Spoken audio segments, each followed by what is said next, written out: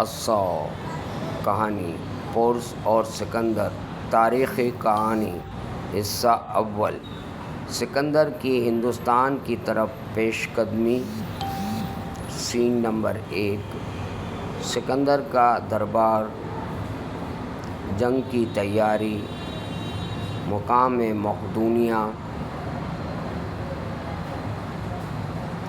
سکندر اپنے سپہ سالاروں کے ساتھ ہندوستان کی فتح کے منصوبے پر بات کر رہا ہے۔ ایک جنرل کہتا ہے ہندوستانی راجے بہادر اور جنگی چالاکی میں ماہر ہیں۔ سکندر مسکراتے ہوئے کہتا ہے اگر دارا کو شکست دی جا سکتی ہے تو پورس کو بھی۔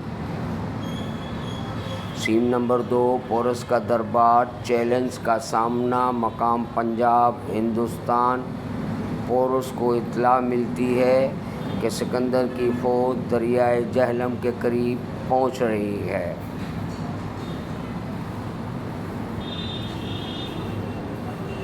وزیر مشورہ دیتا ہے کہ وہ سفارتی طریقہ اختیار کریں لیکن پورس اعلان کرتا ہے کہ وہ غلامی قبول نہیں کرے گا۔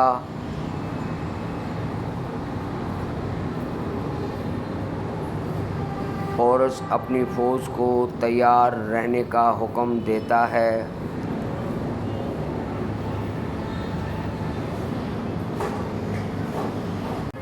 سین نمبر 3 سکندر کا دریائے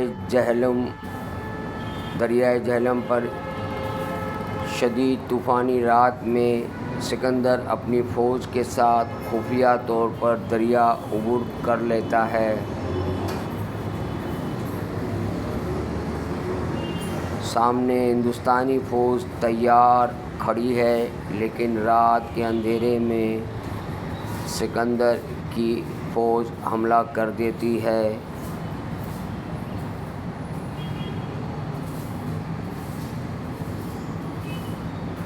سورج نکلتے ہی پورس اپنی پوری طاقت کے ساتھ میدان میں اتر آتا ہے۔